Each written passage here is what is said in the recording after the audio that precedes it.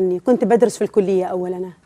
كنت بدرس في كلية الدراسات الإسلامية، وبعدين قلت خلاص هطلع، وفعلاً طلعت من الكلية ورحت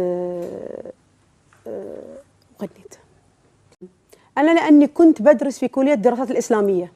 كلية الدراسات الإسلامية؟ أيوة، كنت بدرس في كلية الدراسات، وكنت متخصصة شريعة. كنت يعني أدرس فقه وأصول الفقه وقرآن وبرتل.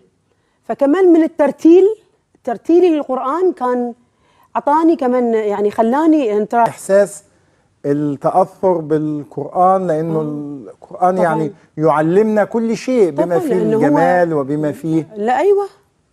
أيوة. فمنها أنا من ترتيلي، حتى أنا ساعات لما بقعد في البيت وبرتل بشوف خواتي بيسمعوني ورا الباب يقعدوا يبكوا تأثرا. لأني أنا برتل القرآن أحلى من ما أغني. بشوفهم ورا الباب بيبكوا وأنا بغني وأنا برتل. وبعدين لما بلشت أغني حسيت إنه أنا قاعدة بقول الغنى بشكل سلس. يعني هنا شوفي إلى هذا الحد يعني بيتأثروا، لأنه صوتك وأنت بترتلي بيدخل لوجدانهم على طول. أيوة، على الفور. ما هو الترتيل هو الحس. حتى كمان أنت كمان اليوم تسمع واحد من المرتلين القرآن تقول أنت يعني ممكن أنت تحب الشيخ ده إنه تسمعه وهو بيرتل، وفي واحد تقول لا أنا مش عايزة أسمع ده. في يعني أنا مثلا في كثير مشايخ بحب أسمعهم بيريحوني، يعني بحس إنه أنا برتاح وأنا بسمعهم. في ناس لا، يعني مع إنه استغفر الله العظيم كله قرآن، بس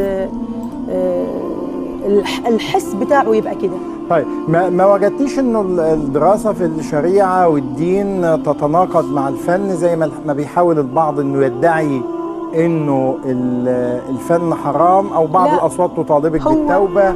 هو كتير ناس بيطالبوني دايما، بيقول لي توبي. الشيخ محمد عريف مرة لقيته كاتب كمان كان بيدعي لك بالتوبة. كان بيدعي لي، بيقول أنا أحس إن هذه المرأة فيها خير، فأتمنى لها الهداية.